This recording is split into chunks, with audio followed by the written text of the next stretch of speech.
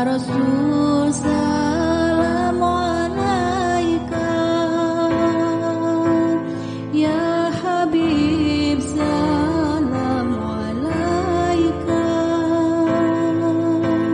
salawatullah alaika, ya Habibi ya Muhammad, ya arusa khafiqaini, ya muayyad ya mumajjad, ya imaman qiblataini, ya Nabi salam alaika, ya Rasul salam alaika, ya Habib salam alaika, salawatullah alaika. Man ra'a wajhaka ya Sa'ad, ya Karimah walidaini, hauduka safil mubarrad, wirduna yauman nusuri, wirduna yauman nusuri.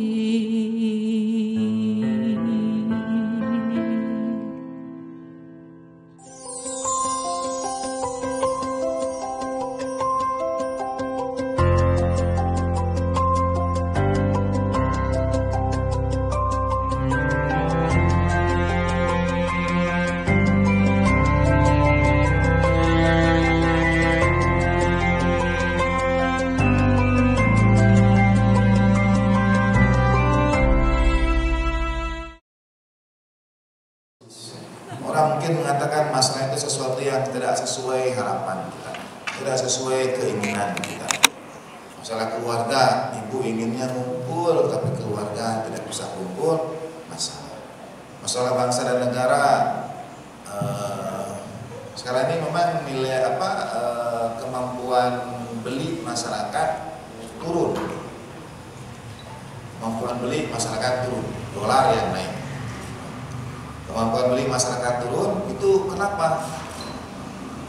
Karena penghasilan sebagian, katanya sekitar 30% yang mendukung faktor kenapa daya beli masyarakat rendah itu karena faktor terlilit pinjaman online. Jadi banyak warga masyarakat kita, mungkin di antara kita sesama saudara kita yang terlilit pinjol.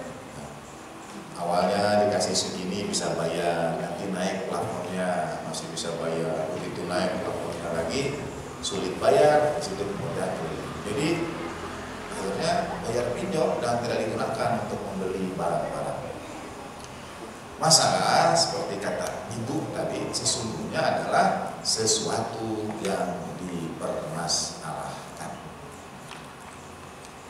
Nah, sesuatu yang dipermasalahkan. Kalau sama anak mahasiswa saya tidak berani memberikan contohnya di sini pada ibu. Menurut saya mungkin tidak hanya di Bandung tapi di seluruh dunia itu ada lampu merah paling lama di seluruh dunia.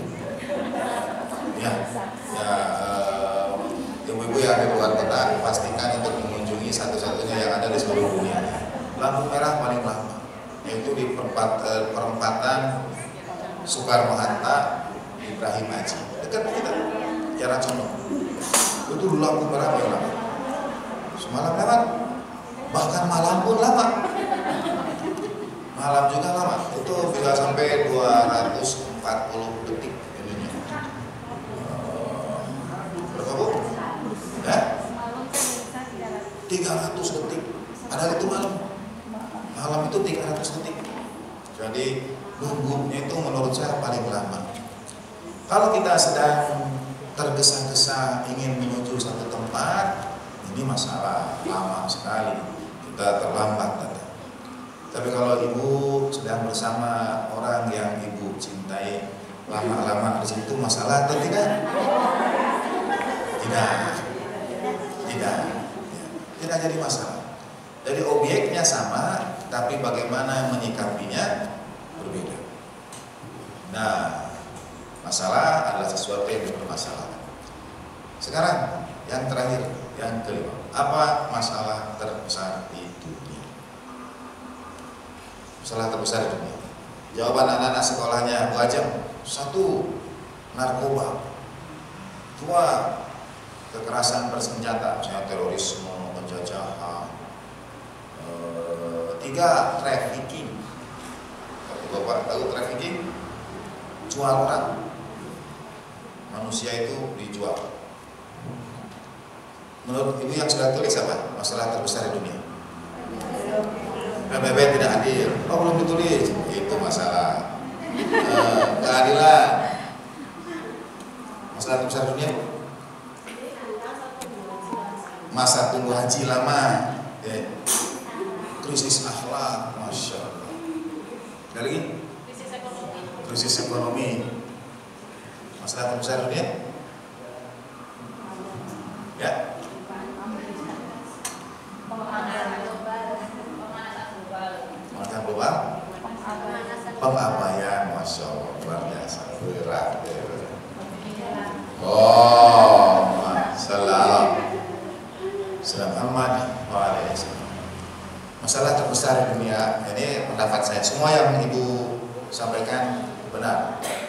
Pendapat saya, masalah terbesar di dunia itu adalah keakuan. Semua kita itu ingin dunia berjalan seperti yang kita inginkan. Semua kita ingin orang lain itu seperti yang kita harapkan. Masalah narkoba, masalahnya di mana? Ada orang yang pengen duitnya lebih banyak dan lebih banyak lagi. Masalah ini juga apa, trafficking, semua masalahnya apa? Ada orang yang ingin kaya cepat, kaya mudah dan lain sebagainya. Semua masalah yang ibu sampaikan itu ujung-ujungnya pasti di situ ada keakuan, ada keinginan. Kenapa daftar tunggu haji lama? Ya kan aku pengen cepat-cepat. Gitu, ya. Kenapa masalah ini beras naik? Ya kan karena aku ingin selain beli beras, aku ingin beli yang lainnya juga. Jadi semua akar masalah dan masalah terbesar itu adalah keakuan. Kita ingin dunia berjalan seperti yang kita inginkan. Kita ingin keluarga kita berjalan seperti yang kita harapkan. Harusnya kamu begini, harusnya kamu begitu. Kata Al-Ya'am, penghalang kebahagiaan yang pertama adalah tirani seharusnya. The tyranny of ought. Jadi tirani seharusnya. Setiap kali ibu dan bapak mengatakan harusnya, itu sudah tanda tidak bahagia. Harusnya kamu itu tahu, harusnya kamu mengerti, dan seterusnya. Itu tirani kata Allah yang namanya penjara sebetulnya. Jadi penjara seharusnya, karena kita selalu memaksakan dunia mesti bergerak seperti yang kita inginkan. Harusnya bapak itu mendengar saya, harusnya mengerti perasaan saya, harusnya dan seterusnya. Apalagi kira-kira Bu yang harusnya aku yang di sana. Harusnya aku yang di sana.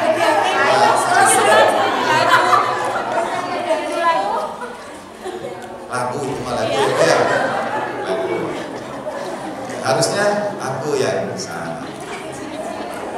Apalagi yang harusnya nurut pada saya. Tirani harusnya itu yang menyuburkan keakuan. Karena kita mengatur dunia harus sesuai yang kita inginkan. Ternyata tidak demikian. Itu yang pertama. Yang kedua, maka sumber kebahagiaan saya harusnya sampai jam berapa ini? Ya Bu? Harusnya sampai sore, maka itu sumber kekecewaan. Sudah harusnya ya sumber kekecewaan. Nah, setelah merumuskan apa itu masalah, masalah adalah sesuatu yang kita permasalahkan, yang punya kendalinya kita. Setiap kali punya masalah, kata ibu tadi itu betul sekali, wilayah Imam Ali alaihissalam penawar semua derita. Karena dalam dua hadis, sekarang jadi tausiah, jadi ceramahnya, dan ini disepakati oleh mazhab Ahlul-Bait alaihi wassalam, disepakati oleh mazhab Ahlussunnah. Dua-duanya sahih, juga mutawatir. Sayangnya mutawatir sebetulnya artinya banyak diriwayatkan oleh kitab hadis, tapi belum tentu populer karena jarang disampaikan oleh para wali. Mutawatir itu dalam hadis populer, banyak dalam kitab, sehingga kalau kepada anak-anak ulumul hadis mereka sedang belajar dalam bahasa Sunda, mutawatir itu nyuwun sewu nih, nanti diterjemahkan dalam bahasa Jawa dan yang lainnya. Mutawatir itu mun teu apal watir. Bahasa Indonesianya apa? Kalau nggak tahu kasihan. Karena sebetulnya hadisnya ini banyak, cuma tidak populer. Banyak dalam artian dikutip dalam banyak kitab, tapi tidak selalu yang dikutip dalam banyak kitab dipopulerkan oleh para ustaz. Nah, yang berbunyi marusiqo abdun khairum min dan marusiqo abdun awsa'a min, dalam mazhab Ahlul-Bait itu tidak ada rezeki yang dianugerahkan Tuhan lebih luas dari dalam Ahlussunnah, tidak ada yang lebih baik dari. Jadi rezeki terbaik dan rezeki terluas menurut baginda Nabi SAW adalah ma ruziqa abdun ausa min as-sabr. Tidak ada rezeki yang lebih luas dari Tuhan itu kecuali kesabaran. Tidak ada rezeki yang lebih baik dari Tuhan itu kecuali kesabaran. Rezeki paling baik sabar. Itu rezeki paling baik. Kepada Allah Ta'ala hanya karuniakan kepada hamba-hambanya yang terbaik. Apa karunia terbaik Allah Ta'ala pada para nabi? Sabar. Pada para imam? Sabar. Pada orang saleh? Sabar. Pada kita? Sabar. Kenapa kita harus sabar?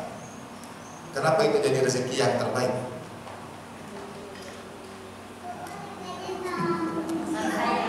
Ya, disayang Allah. Jadi kalau kapan kita itu harus bersabar? Kapan kita perlu bersabar? Ketika dapat menerima ujian. Jadi kata ibu tadi banyak masalah tapi tidak ditampakkan, banyak sabarnya juga insya Allah. Banyak sabarnya juga. Kapan kita bersabar? Kalau ada ujian.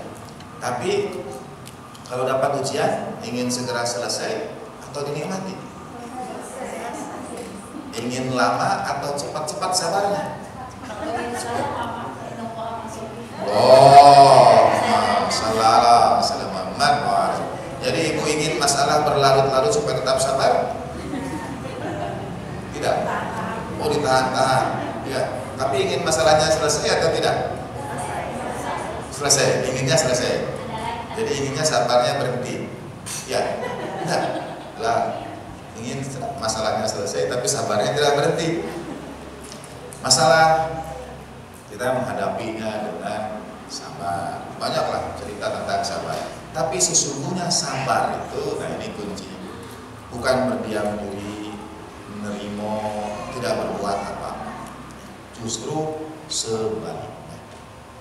Ada sebetulnya buku kecil dari Sayyid Ali Khamenei hafizahullah yang seharusnya diterjemahkan tentang kekuatan sabar.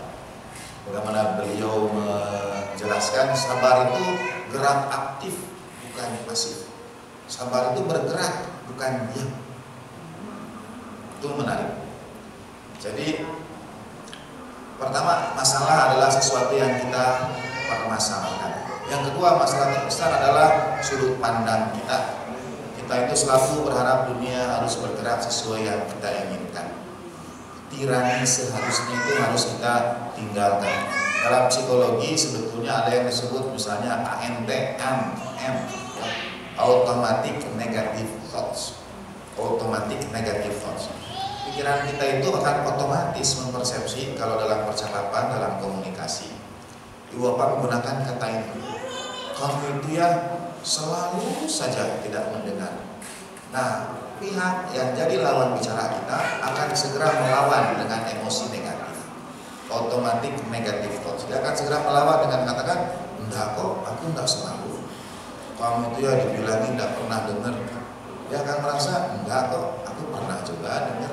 Ya mungkin 5 kali aku udah dengar, tapi 2 kali aku dengar. Nah, dia melawan. Penggunaan kata selalu, selamanya, tidak pernah, ya Bu, totalitas. Ya jadi misalnya kita mengatakan udah dikasih tahu, nggak pernah dengar, selamanya selalu kayak begitu. Nah, penggunaan kata itu selalu, selamanya, tidak pernah, itu akan memunculkan respon negatif pada orang yang kita ajak bicara. Hindari kata itu, bicaralah dengan fakta. Misalnya, kamu kemarin jelas. Kita tidak menafikan ya sebelumnya. Nah, jadi perkara sesuatu yang bermasalah tergantung kita. Ada yang bisa jadi masalah, ada yang tidak. Muncullah di situ prioritas. Kita ini hidup terbatas, ada waktunya. Dan ada begitu banyak masalah yang Ibu dan Bapak sampaikan tadi. Masalah negara dan bangsa. Jadi prioritas kita atau tidak? Oh tidak. Jadi harga-harga naik tidak jadi masalah buat kita. Ya, monggo. Ya. Misalnya harga beras naik. Ya. Kalau kita punya uang, ya punya sedikit. Oh, masalah, Muhammad. Persis. Nah itu sudah satu rumus. Jadi alih-alih kita memaksa dunia seperti yang kita inginkan, kita yang menyesuaikan dengan keadaan dunia. Kalau beras kata Ibu tadi tidak terbeli, orang Indonesia itu orang yang sebetulnya paling pintar dan tidak jatuh pada krisis ekonomi sebagaimana negeri-negeri lain ketika terjadi krisis waktu itu. Indonesia bertahan. Kenapa? Para pengamat menyebutnya orang Indonesia itu punya hidden ekonomi, ada ekonomi yang tersembunyi, pinter ngatur sendiri. Misalnya bakwan, gorengan, bala-bala 500, harga-harga naik, dia tidak bisa jual 500 lagi, harus 1000. Apa yang dia lakukan? Dibuat jadi kecil, menyesuaikan. Muncullah istilah mini atau apa kalau di Bandung cimet, aci samet gitu. Ya, atau apalagi pokoknya ada yang cil muncul. Akhirnya kreatif. Tadinya bakwan sebesar begini, tiba-tiba kecil, ya, jadi mungil. Nah, kita bisa menyesuaikan. Itu satu di antara sumber kebahagiaan. Tidak mungkin kita mengatur dunia seperti yang kita inginkan. Yang paling mungkin kan kita yang menyesuaikan. Nah, yang kedua, ada beda untuk mengetahui kan prioritaskan masalah. Masalah organisasi tadi tidak solid ini dan itu, masalah atau tidak? Masalah, prioritas dibanding masalah bangsa dan negara. Atau masalah keluarga. Satu saat saya mendampingi atau seorang ibu didampingi seorang kawannya menemui saya di ruangan sebelah dan berkata sedang punya masalah dengan suami. Saya selalu sejak awal apa yang bisa saya bantu, tapi satu catatan, tolong jangan ceritakan kekurangan satu sama lain. Mau dibantunya aja apa saya bantu, tapi jangan ceritakan. Kenapa? Saya jawab, ibu berharap saya bercerita pada suami ibu, dan kalau suami ibu tahu, saya tahu kekurangan dia, saya tahu kesalahan dia, saya tahu apa yang dia perbuat, masih mau bicara sama saya. Maksudnya dianya dari tidak nyaman. tidak enak, malu, ya minder, nggak enak. Karena saya belajar dari beberapa pengalaman, kalau seperti itu besoknya nggak ngaji lagi ke pengajian kami. Iya, yang nggak enak. Dan yang kedua tidak boleh menyebarkan aib, ya. Dan aib atau tidak tergantung persepsi. Nah, terus dia bilang begini, masalah keluarga ini. Ya saya itu ingin satu hal yang Allah yarham titipkan kepada saya, Bapak itu. Sejak beliau cukup sibuk di Jakarta, kalau ada yang ingin konsultasi masalah keluarga dan sebagainya, langsung jawabnya hubungi Miftah saja. Ya, jadi sampai. Nah, kata Bapak, bekal pertama kata Bapak itu yang pertama kita lakukan biasanya adalah meluruskan narasi, meluruskan cerita, mendudukkan manusia itu adalah makhluk, kata Bapak, yang hidup berdasarkan cerita yang dia rangkai sendiri, cerita yang dia buat sendiri, dan hidup berdasarkan cerita itu. Nah, jadi kita luruskan narasi. Misalnya ibu yang datang pada saya punya masalah dengan suaminya, saya tanya, apa yang ibu inginkan? Ya, saya ingin suami saya itu sama seperti suami yang lainnya. Loh, suami. Iya, ya. Nah, yang kedua, coba dibandingkan.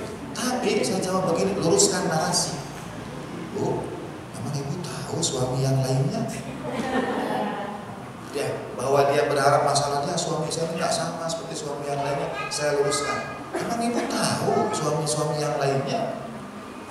Ya, mau jawab gimana? Bingung.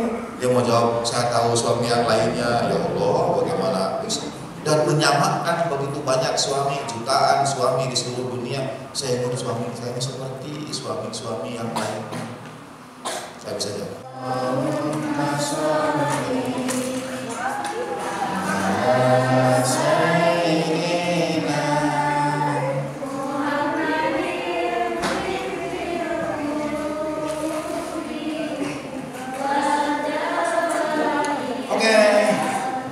Setelahnya Bu Ajeng, anak-anak Bu Ajeng, mohon dimaafkan. Ya, oke, siap. Ibu dan Bapak tahu berhitung kan ya? Ya, berhitung. Pernah siap itu ya? Ya, 1, 2, 3 sampai seterusnya.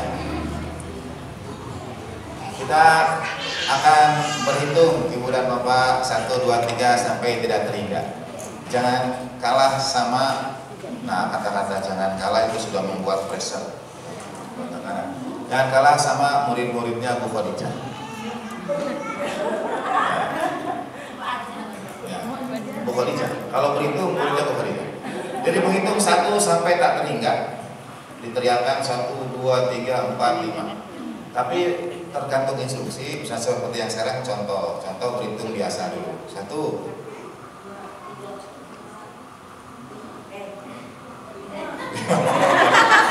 Ya, apa-apa. Suaranya insya Allah lantang saja supaya terdengar oleh yang lain.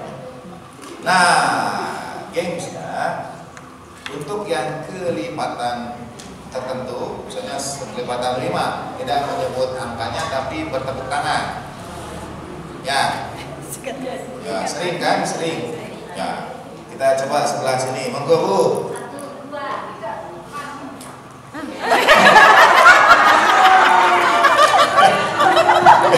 Tuh kan, kalah sama anak-anak Bu Khadijah. Anak Bu Khadijah tamat 1 putaran.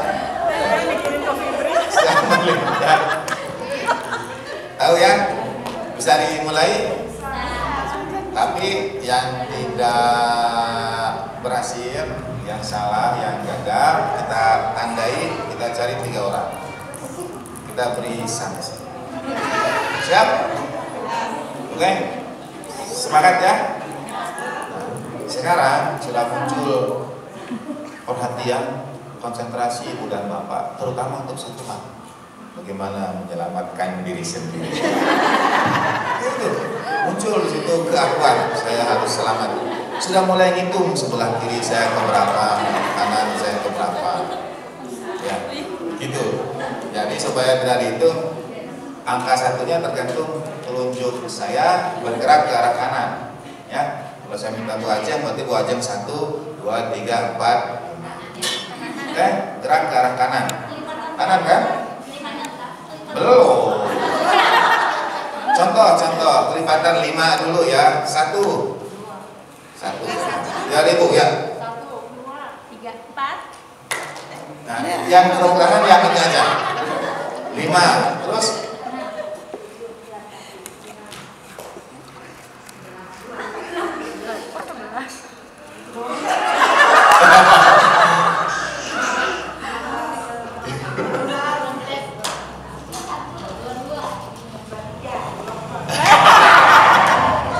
ya, untuk masih latihan. Coba. Baik, kita cari 3 orang sekarang ya. Cari 3 orang. Di seri apa? 3 orang ya. Sekarang untuk kelipatan 4. Bu. 1.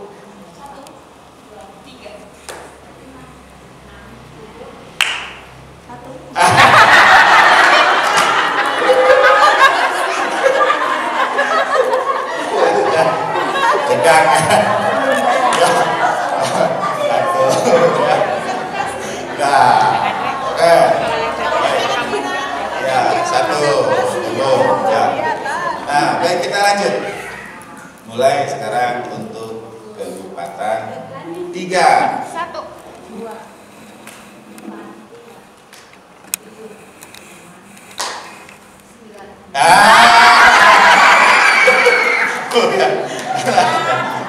Ya.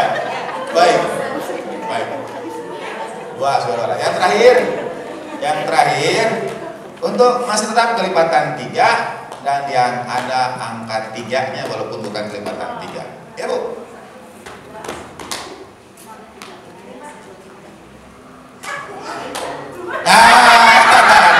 Nggak nyampe ya. Baik. Kita bisa nyampe 1 putaran penuh. Jadi ada 3 orang. Nanti terakhir.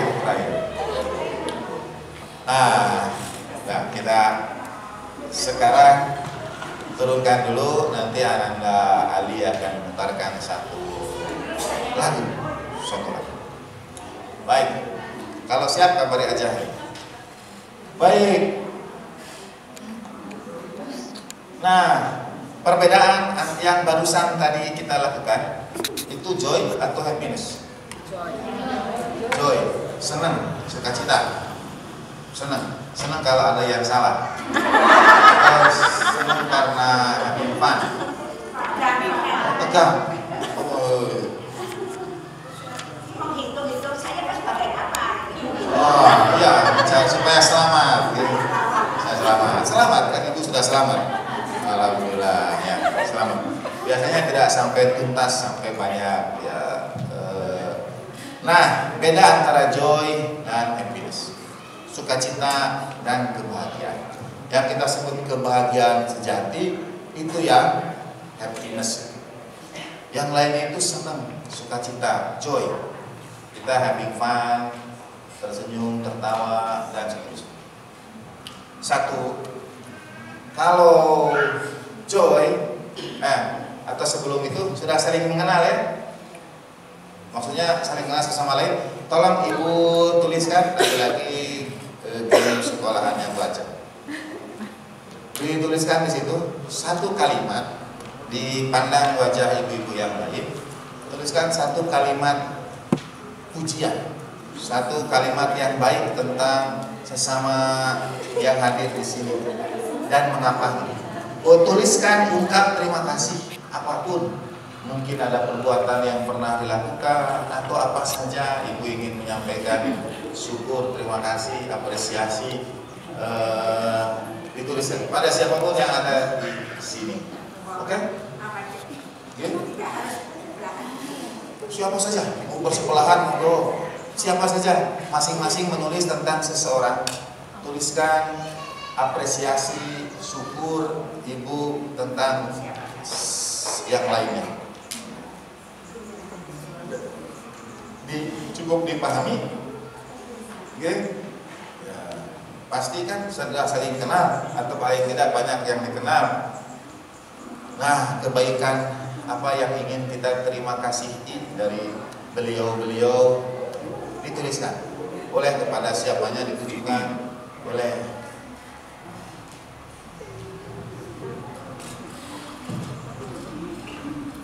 Nah, joy adalah sesuatu yang sifatnya itu dari luar. Sementara happiness pemicunya dari dalam. Happiness itu triggernya dari dalam. Kalau saya diberi sesuatu, misalnya saya dapat cincin. Ini cincin supaya langsung disclaimer. Saya insya Allah kalau pakai cincin selalu cincin hadiah, sehingga hadiah itu tidak dapat dihadiahkan lagi. Hadiah dan tunda. Ini cincin, sejarahnya, ceritanya. Kalau saya dapat cincin, kasih orang senang, saya pakai, yang senang, itu joy. Tapi cincin ini istimewa. Jadi saya punya teman sekamar yang saya tidak jumpa dia dari tahun sebelum, mungkin tidak jumpa dia itu sekitar terakhir ke 2000. Soalnya kalau dihitung 20 tahunan lebih kayaknya. Padahal teman sekamar. Ibu dan bapak kan tahu dalam 20 tahun orang bisa banyak berubah. Kami dalam satu acara semingguan, cuma dia selalu duduknya depan saya. Biasanya nggak perhatikan. Ya dikira pokoknya dia orang sesama peserta saja. Sampai satu saat saya dan dia itu dalam suatu kunjungan, bahasa Sunda nama pagi gigir-gigir, betul-betul persis di samping saya. Dia minta foto bareng saya, persis di samping. Ketika didekatkan itu saya langsung teringat semua memori itu. Ini teman saya yang 20 tahun lalu bareng saya satu kamar. Padahal kami sudah selama itu seminggu kemana-mana, cuma ketika dia persis di samping saya. Dan untuk nanti saya sambil salaman saya bilang, lupa ya sama saya gitu. Padahal saya juga selama ini lupa sama dia selama seminggu itu. Dan begitu saya sampaikan itu, dia berpaling begini untuk beberapa detik langsung gitu. Langsung menyebutkan nama. Dia memanggil saya Fuzi. Satu-satunya orang yang memanggil saya Fuzi. Nama saya Fauzi. Tapi karena Fauzi itu ditulis Pak Wow Zai ya, maka dia memanggil saya Fuzi. Dan saya langsung tahu itu pasti dia. Fuzi. Langsung manggil saya dan kami berpelukan sangat erat ya. Karena ternyata ini teman sekamar yang 20 tahunan tidak ada kabar. Dan begitu ketemu, selama dia juga ketemu di tempat makan, kami ketemu, tapi tidak kalau dia ini kawan sekamar. Kemudian sebagai tanda pengingat, dia lepaskan cincin di jarinya dan menyematkannya ke tangan saya. Ini cincin ini tidak akan dihadiahkan. Cincinnya mungkin kecil, sekali lagi. Dapat cincinnya senang, tapi siapa yang memberinya, cerita di baliknya, penghargaan, persahabatannya, itu yang membuat kita bahagia. Itu yang membuat kita senang. Makna yang kita berikan terhadap satu peristiwa itu yang mengubah. Kalau di sekolahannya Bu Ajeng itu anak-anak berbagi kado, berbagi hadiah. Terus saya minta dia cerita kenapa menghadiahkan itu. Misalnya dihadiahkan coklat. Kenapa hadiahkan coklat? Ini kelas 9 SMP. Terus dia bilang gini, karena aku perhatikan setiap kali kamu ke kantin itu pasti selalu beli coklat. Jadi berikanlah coklat. Dapat coklatnya joy, senang. Tapi tahu ternyata dia perhatikan saya sejak kelas 7. Dia perhatian juga, tahu kalau saya suka coklat. Nah itu happiness, itu bahagia ya. Itu bahagia. Dapat barangnya senang, tapi memaknai dapatnya itu happiness. Dan terjadi pada banyak hal. Kita punya yang Allah Ta'ala karuniakan kita berbeda dari makhluk yang lainnya. Kalau para filosof akan mengatakan apa yang Tuhan berikan pada manusia dan tidak diberikan pada yang lainnya, akal. Tapi apa fungsi akal itu? Fungsi akal itu apa? Nah, kalau kata layakan, fungsi akal itu bayan alamahul bayan. Ar-Rahman khalaqal insan 'allamahul bayan. Apa itu bayan? Cerita yang jelas, nyambung, terstruktur, yang membentuk kita. Satu-satunya yang membedakan kita dari binatang adalah kemampuan kita bercerita. Binatang kan ada yang bercerita. Nah, kemampuan cerita itu betul-betul bergantung pada kita sendiri. Ada orang tersenyum, kita maknai baik, bisa kita maknai sinis, bisa kita maknai bahaya ini tiba-tiba tersenyum pada saya. Ada orang lewat tidak kita sapa, kita bisa beri makna, wah ini orang judes atau orang punya banyak masalah atau apapun. Gitu. Itu beda pertama antara joy dan happiness. Faktor yang kedua, ya kalau joy itu yang pertama tadi, kalau joy itu penyebabnya eksternal dari luar, kalau happiness pemicunya dari dalam, pemaknaan yang kita berikan. Yang kedua, kalau joy itu temporary, sementara, senang itu sementara. Nikmatnya makanan ya hanya di mulut saja, sementara. Tapi happiness itu everlasting, dia selamanya. Barang itu pasti satu saat habis, hilang dan sebagainya. Tapi kebahagiaannya dia akan bertahan selamanya. Sampai pada jejak-jejak, apalagi para pecinta berkah, itu jejak-jejak itu akan sangat membahagiakan. Mungkin sudah tidak ada lagi. Bayangkan kalau ibu dan bapak berdiri di satu titik, tidak ada jejaknya, tidak ada apa. Saya pernah membawa jemaah umroh. Terus kami masuk ke kebun kurma dan yang bersama kami itu menceritakan sesuatu. Tapi begitu saya mau terjemahkan pada jamaah, saya bilang saya akan terjemahkan, tapi tolong tidak terlalu bereaksi, ya. Karena tempat-tempat berkah kan di tanah suci itu tidak berluasa, kita bisa alam berkah. Ceritalah membimbing kami itu, yang mengantar kami itu bahwa tempat kita sekarang ini di depan kita itu ada dua lekukan, ada dua ceruk begitu, ada dua lekukan. Yang ternyata itu adalah lekukan ketika ada seekor unta yang lari kepada dan menemui baginda Nabi SAW di kebun kurma itu mengadukan perilaku buruk majikannya. Unta ini lari dan kemudian dia berlutut di depan baginda Nabi. Nah, bekas lututnya itu, bekas lutut unta itu masih ada. Itu berarti di depannya adalah jejak penuh berkah baginda Nabi Sallallahu Alaihi Wasallam. Itu orang yang ingin tabarukan, tapi ya harus hati-hati juga karena kalau terlihat bisa dianggap macam-macam. Cuma yang bekas untanya itu sekarang sudah pakai semen, sebetulnya bukan lagi bekas unta yang dulu. Tapi itulah bedanya antara joy dan happiness.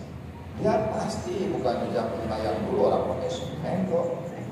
Tapi kebahagiaan, makna yang kita berikan pada jejak itu yang selamanya. Tempat-tempat berkah juga begitu, sudah banyak perubahan. Ibu bapak kalau berziarah, Gori yang ibu bapak ziarahi itu makam di persis di Gori yang ibu dan bapak lihat itu ada jasad suci Al-Maksumi alaihi wasallam atau tidak? Sebetulnya jasad di bawah. Yang kita lihat itu atas puncak. Tapi itu tidak menghalangi, karena sekali lagi bukan, kalau joy itu dia sementara, kalau happiness itu everlasting, dia selama. Yang ketiga, beda joy dan happiness. Joy mensyaratkan, sukacita mensyaratkan ketiadaan penderitaan, ketiadaan kesusahan, ketiadaan kesulitan. Kebahagiaan justru ditempat oleh kesulitan dan penderitaan. Orang menemukan kebahagiaan itu karena melalui penderitaan. Sederhananya, puncak yang indah, pemandangan puncak yang indah itu kita peroleh kalau sudah melewati naik gunung yang sulit. Nah, itu happiness. Jadi happiness itu tidak menafikan penderitaan.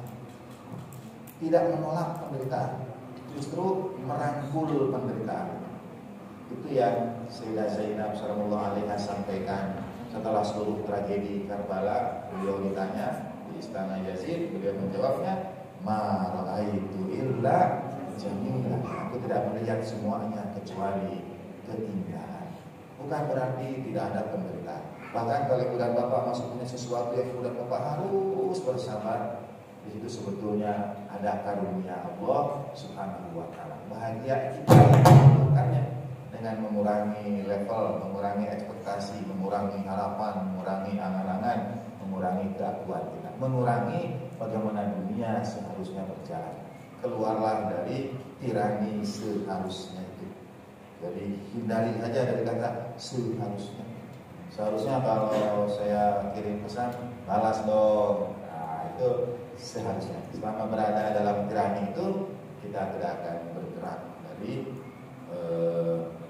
bahkan dapat bergerak dari joy ke happiness pun tidak. Nah, ready? Ini udah nyala ininya. Ali akan putarkan satu lagu. Lagunya bahasa Inggris, lagu umum ya, lagu biasa. Saya hanya ingin meminta kepada Bapak menduga-duga kira-kira lagunya bercerita tentang apa. Oke? Lagunya bercerita tentang apa? Ada Nabi wa alihi sallallahu alaihi wasallam. Nah, sambil menunggu Ali, semua kita, saya pernah cerita dan mungkin sering saya ulang. Kalau saya bertemu anak-anak muda Palestina, wajahnya itu cerah ceria, bahagia. Ketemu kita itu bahagia. Padahal datang dari negeri yang dijajah, jauh lebih ceria ketimbang kita sekarang. Senang betul ketemu kita. Dan tidak ada yang ingin peristiwa seperti yang terjadi di Palestina. Semua kita harus bergerak, semua kita harus melawan dengan apapun yang kita bisa, membantu dengan apapun yang kita bisa. Tapi saya terus terang, sebetulnya saya itu tidak tega dan tidak kuat kalau lihat postingan berita dari Palestina itu. Tidak kuat lah. Ya, satu tidak tega, tidak kuat. Yang ketiga, penuh rasa bersalah karena tidak bisa berbuat apa-apa. Tapi ini ada keindahan yang mereka ajarkan. Misalnya 2 hari yang lalu ada seorang wartawan Al Jazeera yang beberapa kali menampilkan live. Jadi kalau misalnya Al Jazeera itu Wahil namanya, dia dekat sekali dengan lokasi pengeboman ini dan itu. Nah, satu saat sambil mengabarkan pengeboman itu, mengabarkan berita yang dibombardir itu, sampaikan kepada Wahil ini bahwa seluruh keluarganya itu jadi korban pengeboman. Satu rumah runtuh dan dia masih menjalankan tugas sebagai wartawan. Seluruh keluarganya syahid, seluruh keluarganya gugur, dia tetap menjalankan tugasnya. Banyak jurnalis yang disasar secara khusus oleh Israel ini, terutama yang punya akses ke media-media sosial. Tapi sama seperti seorang perempuan di Bukit Uhud ketika suaminya syahid, 2 anaknya syahid, lalu mencari-cari baginda Nabi SAW. Bagaimana keadaan baginda Nabi? Ketika sampai pada baginda Nabi SAW, sahabat menyampaikan, ibu ini suaminya syahid, 2 anaknya juga syahid. Baginda Nabi berbelasungkawa. Baginda Nabi menyampaikan duka cita. Tapi apa jawab ibu ini? Dan ini menurut saya resep kebahagiaan yang sesungguhnya, yaitu kullu musibatin ba'daka shaghirah ya Rasulullah. Kullu musibah, semua musibah, ba'daka shaghirah, kecil setelah aku melihat ya Rasulullah.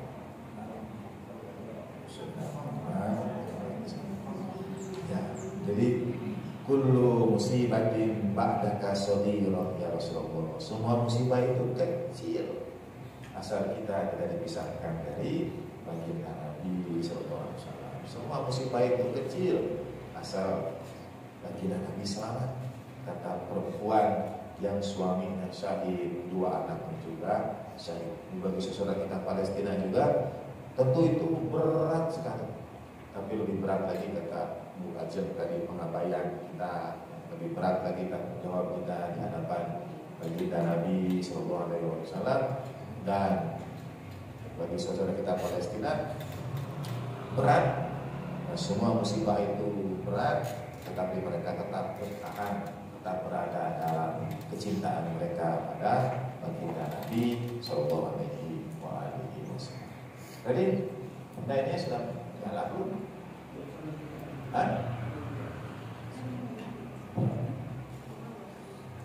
Go ahead. Ya. Silakan disimak. Lalu lagunya cerita tentang apa?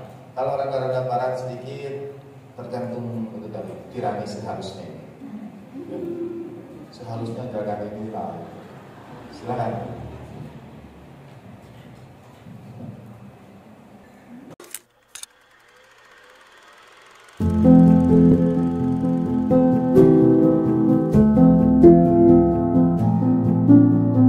Should've went for coffee on that Saturday you saw me.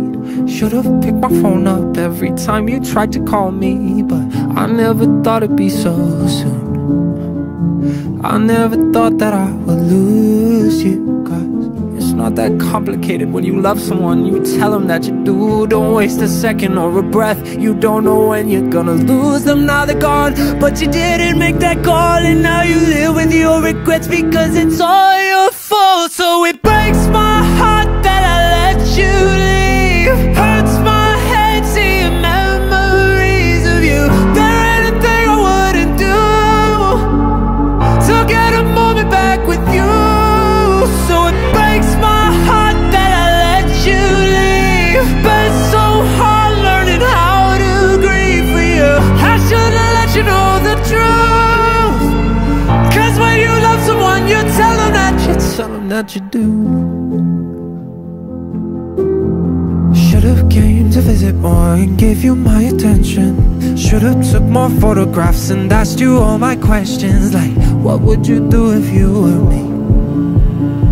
It feels too soon to let you leave. And would you call me crazy if I told you I still call you? Cause sometimes you're the only one I feel like I can talk to. It feels like my heart is torn in two, and you took the other half with you.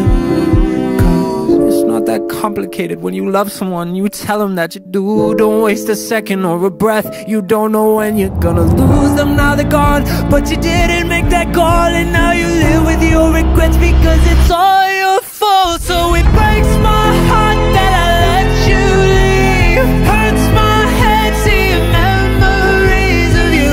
There ain't a thing I wouldn't do to get a moment back with you. So it breaks my heart that I let you leave. Been so hard learning how to grieve for you. I should've let you know the truth. Cause when you love someone, you tell them that you do.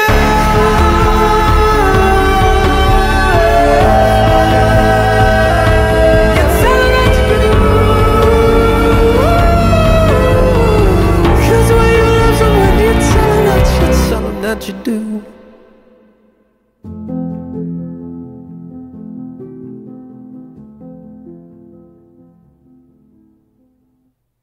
Kira-kira lagunya cerita tentang apa? Kehilangan seseorang, kehilangan kebahagiaan, terus ya patah hati, memori masa lalu, ya kenangan indah. Baik, rasanya kehilangan seseorang luar biasa. Itu cerita tentang kehilangan, ya cerita tentang memori bersama orang-orang yang dia cintai. Kurang lebih kayak gini rasanya kehilangan orang yang dicintai. Tapi penyesalan terbesarnya, the biggest regretnya katanya, when you love someone, tell them that you do. Yang kemudian di garis bawah di situ ada kata-kata kuncinya, dikasih bocoran sebentar bilang.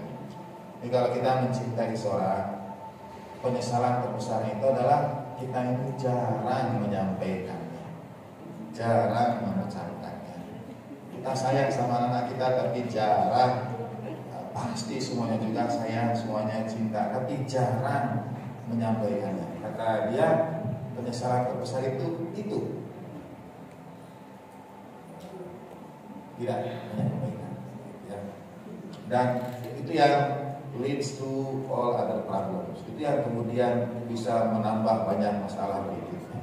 Itu yang sebetulnya bisa membuat kita menghindari banyak hal. Misalnya alih-alih yang organisasi tadi, alih-alih kita sebut kekurangan ini dan itu, ketika menyampaikan apresiasi satu sama lain, ya Bu, insya Allah tambah solid, tambah baik, okay? Alhamdulillah. Nah, persis ya. Sebetulnya yang kita tentu tidak bisa mengatur dunia sesuai keinginan kita. Tapi yang Tuhan inginkan bagaimana kita bersikap dengan dunia yang tidak sesuai yang kita inginkan. Dan itulah yang kata Allah, ya, happiness is a choice. Bahagia itu pilihan. Sebetulnya dalam lanjutan buku kata beliau, bahagia itu kewajiban. Jadi kita itu pilihan. Kita wajib milih yang bahagia. Karena ketika waduh, berat kalau itu sesi berikutnya ya. Sesi berikutnya berat ya. Kita doakan yang terbaik untuk semuanya, jalan keluar yang terbaik untuk semuanya. Mohon dimaafkan segala kekurangan. Udah Bapak kata ya Bu, udahan. Seharusnya sih belum. Kita serahkan dulu kepada Pak Fatimah. Terima kasih partisipasi Ibu dan Bapak semuanya. Walafu minkum wa ma taufiqi alaihi tawakkaltu wa ilaihi unib. Terima kasih Pak Anwar, Pak Ali, Ustaz Syams, Pak Namdaroy. Terima kasih semuanya. Ibu juga terima kasih. Boleh silakan. Terima kasih sekali lagi Yai untuk materinya yang padat sekali ya Ibu-ibu. Kita belajar mengenai tentang apa itu kebahagiaan, kemudian juga apa yang menghalangi kebahagiaan kita, dan juga bagaimana justru sebenarnya walaupun kebahagiaan itu adalah pilihan, tetapi hukumnya adalah wajib gitu. Mendampingi awalnya mendampingi lagi sepasang suami istri yang sedang menghadapi ujian, dan suaminya kemudian memilih untuk menjauh dulu, berpisah, ambil tempat buat rumah dan kontrak. Selama proses itu terjadi pendampingan, alhamdulillah kemudian kembali bersama lagi. Setelah bersama itu suaminya datang, beberapa saat datang, terus dia cerita bahwa waktu berpisah itu saya itu betul-betul merasa saya beroleh kenikmatan rohani yang selama ini tidak pernah saya rasakan. Saya merasa dekat dengan Tuhan, bisa curhat dengan Tuhan. Malam juga tidak tertidur juga. Saya walaupun saya tidur, tapi jam 1, jam 2 itu pasti saya mandi. Saya ambil air wudhu, saya sholat, nikmat sekali. Kata beliau mengenang saat-saat nikmat sekali. Baca doa, munajat, nikmat sekali. Nah, katanya setelah sekarang kami kembali, keluarga semua kembali, saya kehilangan kenikmatan itu. Saya kehilangan kenikmatan merasa dekat dengan Tuhan. Saya kehilangan kenikmatan bisa bangun malam hari nangis, ambil air wudhu, itu saya kehilangan itu. Nah, terus saya tanya, keluarga bahagia kan? Bahagia, nggak ada masalah, nggak ada. Terus ya tapi saya rindu, saya kangen masa-masa itu. Dia bukan kangen masalahnya, tapi dia kangen nikmatnya ibadahnya. Nikmat ibadah yang sayangnya datang dengan kesulitan. Jadi saya tanya, jadi Bapak mau yang mana nih? Mau yang keluarga bahagia atau mau yang nikmat ibadah? Dua-duanya. Jadi mau keluarga bahagia tapi mau nikmat juga ibadah. Nah, apakah memungkinkan menurut Ibu dan Bapak? Apakah memungkinkan dua nikmat itu bersatu? Ya? Nikmat keluarga dan nikmat ibadah. Mungkin atau tidak? Mungkin. Ya? Mungkin, tapi kapasitasnya beda. Misalnya seperti apa? Dari yang kurang, yang tetap bisa nikmat ibadah gitu. Ya? Mungkin bisa merasakan kebahagiaan meraih dua-duanya, tapi mungkin kapasitasnya yang berkurang gitu. Jadi ibadahnya ya tidak seperti waktu sendiri. So, kalau berkeluarga memang bahagia, tapi berkurang dari segi ibadahnya. Tapi melengkapi lah kata saya. Bingung juga, ya, bingung. Ya, izin jawab sedikit mungkin. Menurut saya bisa ya kebahagiaan berkeluarga dengan mertua ibadah itu bisa bersatu ketika kita menganggap memberikan kebahagiaan kepada lawan jenis atau keluarga itu sebagai ibadah. Jadi ibadah dua-duanya. Oh, saya ini anak kami itu pernah belajar kuliah di Australia. Ya. Itu seminggu pertama dia berangkat, saya kenceng doanya. Seminggu pertama dia berangkat itu, wah pokoknya kenceng lah. Malam itu doa kenceng doa. Kemudian saya sama istri nengok ke sana, nengok terbang ke sana. Lihat, alhamdulillah kedua orang tua asuhnya sangat baik, segala sesuatunya oke, semuanya nyaman, aman, tenang. Pulang, saya tidak doa sekencang seminggu sebelumnya. Wah, saya kok jadi berkurang kencangnya ini? Tadinya saya betul-betul titipkan, ya Allah, gitu kan, supaya ibu bapak semua mengalami jauh dari anak doa kencang. Tapi begitu lihat, insya Allah di sana aman, kok jadi turun gitu doa, mau dikencang-kencangin juga. Enggak, kok tidak seperti sebelumnya. Gitu. Tetap doa dengan kapasitas yang berbeda tadi, tapi saya tetap kehilangan suasana yang kencang. Nah, jadi mana yang kemudian kita pilih? Apa itu pilihan? Menurut saya, saya tentu tidak mengetahui secara khusus, secara pasti.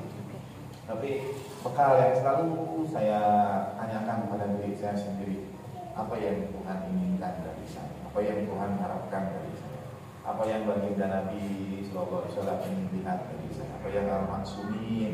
Saya punya keadaan seperti ini.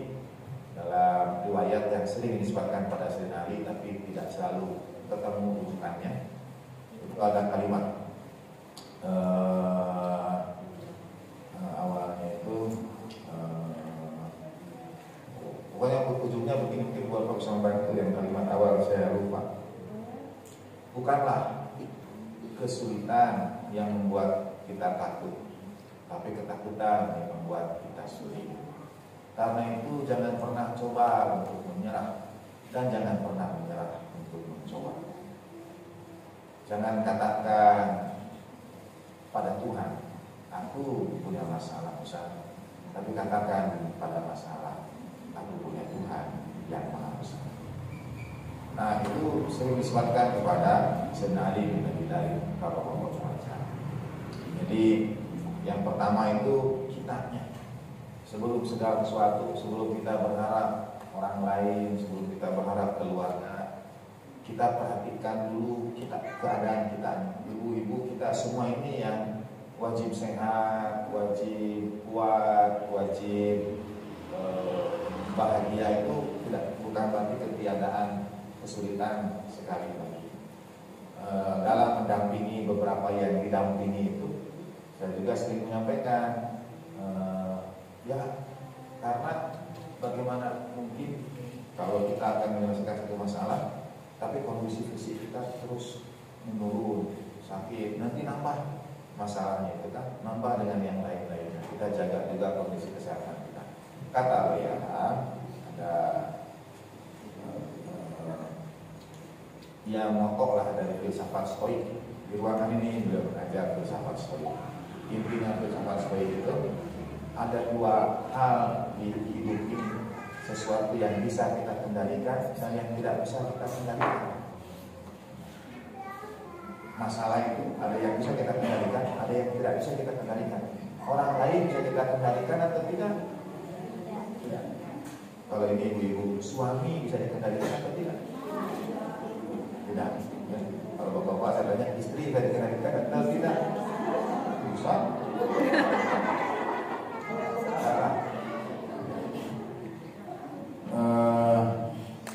Kalau sesuatu dan apa yang bisa kita kendalikan hanya satu, diri kita, persepsi kita, sudut pandang kita, pemaknaan kita, itu yang bisa kita kendalikan. Orang lain tidak bisa kita kendalikan, atau bahkan suami kita, anak-anak kita tidak bisa kita kendalikan. Yang bisa kita kendalikan ya diri kita. Nah, kata Sayyidina Khamenei, hafizahullah, sabar itu adalah berbuat sebaik yang kita mampu. Dan secara batiniah kita tidak meningkatkan diri kita pada hasilnya. Jadi kita berbuat sebaik yang kita mampu, tapi secara rohaninya, secara batiniah kita tidak meningkatkan diri pada hasilnya. Misalnya kita berusaha supaya usaha kita sukses, tapi secara batiniah kita pasrah pada Tuhan. Hasilnya bagaimana, ya Allah serahkan kepadamu. Kita tidak mengingat hasil kita, sehingga kalau kita sukses kita kecewa. Sabar itu kata Sayyidina Khamenei, kita berusaha sebaik yang kita mampu, tapi secara batiniah kita tidak meningkatkan diri pada hasil. Dalam sebuah tulisan besar yang sering sampai sekarang saya jadikan moto hidup, gereja-gereja di Australia itu punya spanduk, sebetulnya huruf yang mereka ganti tiap minggu. Jadi punya pesan, masjid itu punya pesan, gereja itu punya pesan untuk masyarakat. Besar-besar di depan bangunannya. Orang Australia waktu saya di sana senang sekali ramalan bintang. Senang saya ramalan bintang. Jadi macam-macam itu dan baca. Hari ini apa yang terjadi? Baca. Lebih marah sampai gereja Australia pasang pesan begitu. Do you believe in stars or do you believe He who created them? Kamu percaya bintang atau percaya yang menciptakan bintang? Karena waktu itu masyarakatnya sangat percaya bintang. Satu di antara kalimat itu, saya kan dulu tidak zaman medsos, mungkin di foto. Ada kalimat yang sampai sekarang saya jadikan kalimat motto lah, yaitu do your best, God will take care of the rest. Saya bilang bagus. Do your best, God will take care of the rest. Lakukan sebaik yang kita mampu, Tuhan akan menyelesaikan sisanya. Yang kita mampu, ya diri kita, persepsi kita, pemahaman kita, Tuhan hendaknya, maunya, apa yang Tuhan inginkan dari kita. Kita diberi ujian ini, bagaimana kita menyikapinya, bagaimana menghadapinya. Yang terakhir dari yang terakhir, izin Mbak Fatimah, mohon maaf juga kalau mengulangi. Saya dapat beberapa kalimat juga dari teman-teman yang kadang kirim WA kalau ada dalam kesulitan dan sebagainya. Kan ada orang datang pada Sayyidina Ali bin Abi Thalib karramallahu wajhah dan berkata, "Aku ini orang miskin." Kemudian saya menjawab, "Tidak, kami itu orang kaya." "Tapi aku tidak punya apa-apa ya Imam." Imam menjawab, "Kalian punya kecintaan pada kami, keluarga Nabi. Maukah engkau tukarkan kecintaanmu itu dengan 1.000 dirham?" "Tidak ya Imam." 10.000? "Tidak ya Imam." 100.000? "Tidak akan pernah ya Imam."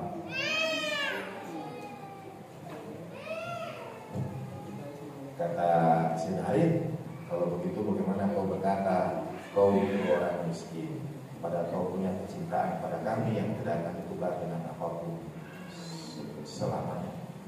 Nah, dalam Al-Quran ketika ada ayat tentang ujian, alhamdulillah masyaallah, "Walanabluwannakum bisyai'in minal khawfi wal ju'i wa naqsin minal amwali wal anfusi wat thamarat wa basyiris shabirin alladzina idza asabathum musibah qalu inna lillahi wa inna ilaihi raji'un." Itu ada keistimewaan. Dan kami akan uji kalian, walanabluwannakum, kita semua diuji dengan rasa takut, lapar, berjudi, walang senal apa, kekurangan harta, rugi, ya, usaha dan lain sebagainya. Kemudian perintah bersabar, wabasyiris shabirinnya, engkau bukan antum, ada perubahan. Kalau yang tadi walanabluwannakum itu antum, tapi wabasyir bukan wabasyiru, wabasyir. Kata basyir itu merujuk kepada baginda Nabi Sallallahu Alaihi Wasallam. Jadi setiap orang yang dapat ujian, di situ pada saat yang sama ada perintah Al-Quran pada baginda Nabi, "Ya Rasulullah, engkau yang sampaikan kepada orang-orang yang bersabar." Jadi setiap kali ada ujian, sebetulnya pada saat yang sama tidak pernah tidak, saat itu juga baginda Nabi Sallallahu Alaihi Wasallam itu hadir dan mendoakan. Wabasyiris sabir itu pada baginda Nabi, orang yang dapat musibah kemudian berkata, "Inna lillahi," kita semua pasrah, kita semua kembalikan kepada Allah, "wa inna ilaihi raji'un." Jadi lepas seluruh keakuan kita lillah, kita semua akan kembali. Kita tidak mengatur dunia sesuai dengan keinginan kita. Kita serahkan semuanya kepada Allah. Saat itu baginda Nabi sallallahu alaihi wasallam hadir dan mendoakan. Bukan hanya itu, ujung ayatnya, "Ulaika 'alaihim shalawatun min rabbihim wa rahmah." Yang dapat sholawat dari Allah Ta'ala itu baginda Nabi sallallahu alaihi wasallam. Tapi dalam ayat itu, "Ulaika 'alaihim shalawatun min rabbihim." Mereka lah orang-orang yang bersabar itu, yang berusaha tetap yang terbaik, yang berusaha segalanya keluar dari permasalahan dan mereka, tapi tidak meletakkan harapan, tidak meletakkan angan-angan menyerahkan pada Allah Ta'ala. Mereka lah yang beroleh sholawat dari Tuhan. Tapi yang tadi dapat sholawat. Yang kedua, kelompok yang kedua dapat sholawat adalah kelompok orang-orang yang bersabar. Jadi ibu dan bapak ingin punya masalah atau tidak? Ingin punya sesuatu yang harus disabari atau tidak? Ya, hati-hati. Ingin bersabar atau tidak? Ingin baginda Nabi datang dan mendoakan? Ya. Tapi kalau bisa jangan kesabaran gitu kan. Nah, kita tidak bisa memilih kapanpun itu tiba. Ya, kita memilih untuk tetap bahagia. Sampai kan ada keluarga kita yang ada adik yang, "Oh ya, mungkin bisa dituntut semua ini dan itu." Semua bapak sampaikan apa yang dihadapi. Giliran saya bicara, kebetulan waktu itu tidak terlalu banyak bicara. Dia mendengarkan semua. Ya, entah. Saya menyampaikan satu kalimat saja. Dan kebetulan saya baca, itu juga bukan kalimat saya, itu kutipan penulis.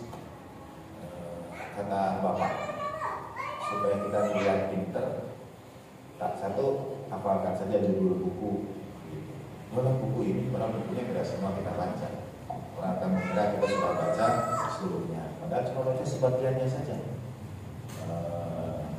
Nah, ada seorang penulis namanya Malcolm Muggeridge. Kalimat yang beliau sampaikan, saya sampaikan di ruang rapat keluarga, ruang makan. Saya menyampaikan kalimat ini, yaitu living well is the best revenge. Hidup bahagia itu balas dendam yang terbaik. Itu pendapat saya. Ada orang yang pendapatnya itu revenge is the best served course. Balas dendam itu adalah hidangan yang paling baik dinikmati ketika dingin. Jadi ketika sudah dingin, balas. Itu balas dendam. Tapi yang ini living well is the best revenge. Hidup bahagia itu balas dendam yang terbaik. Mengapa orang-orang itu melakukan itu? Satu, supaya keluarga kita tercerai, supaya kita kepikiran, supaya kita tidak enak makan, supaya kita ini dan itu. Maka yang kita lakukan hidup bahagia itu balas dendam yang terbaik. Kita tidak balas mereka, tapi kita ignore, kata Bu Ajeng tadi, kita abaikan. Orang itu ya bisa mencintai begitu rupa, bisa membenci begitu rupa, tapi paling tidak tahan kalau diabaikan, dianggap tidak ada, dianggap tidak berarti, dianggap tidak berharga, dianggap tidak berada. Nah itu lebih berat. Masih mending dimarahin, masih mending begitu diabaikan, dianggap tidak ada. Jadi kita jalani hidup saja, terus bahagia aja. Kita tetap baik, keluarga baik, sama tetangga baik, sama semua. Kita anggap semua itu tidak. Dan ya itu yang kemudian oleh Rap tulis di buku Meraih Kebahagiaan. Kita memilih untuk bahagia demi kesehatan kita. Saya sudah bilang terakhir kan, tapi terakhir dari yang terakhir kutipan dari Allah Yarham dari Dale Carnegie yang beliau sering kutip. We may not simply enough to love our enemies. Kita mungkin tidak cukup suci untuk mencintai musuh-musuh kita. But for the sake of your health and happiness, forgive and forget.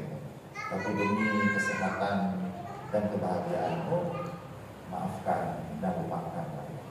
Kita mungkin tidak terlalu suci untuk mencintai musuh-musuh kita. Jadi hanya orang suci yang bisa mencintai musuh-musuh.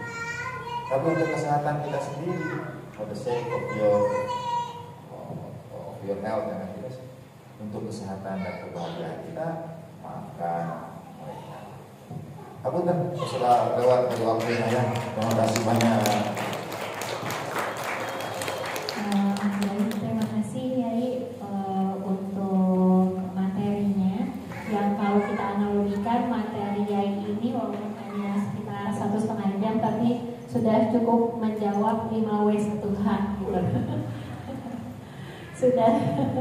sudah cukup menjawab tentang tadi apa itu kebahagiaan, kemudian bagaimana kita bisa meraih kebahagiaan itu, dan juga pertanyaan-pertanyaan lainnya. Mama boleh dan tadi juga yang cukup menarik gitu, bahwa kebahagiaan itu ternyata bukan menafikan masalah gitu, karena masalah itu pasti ada. Kalau mengutip dari Stoik gitu, ada hal-hal yang memang bisa kita kendalikan dan ada hal-hal yang tidak bisa kendalikan. Dan mungkin masalah-masalah ini itu menjadi hal-hal yang tidak bisa kita kendalikan. Tinggal pilihan kita saja, apakah kita memilih untuk merangkul kebahagiaan tersebut ataupun tidak begitu. Ya, begitu kira-kira materi kita bersama Yai Nifta, dan semoga materi tersebut juga bisa membantu ibu-ibu untuk lebih memaknai ataupun meraih dari kebahagiaan sejati tadi. Jadi bukan hanya mengenai joy atau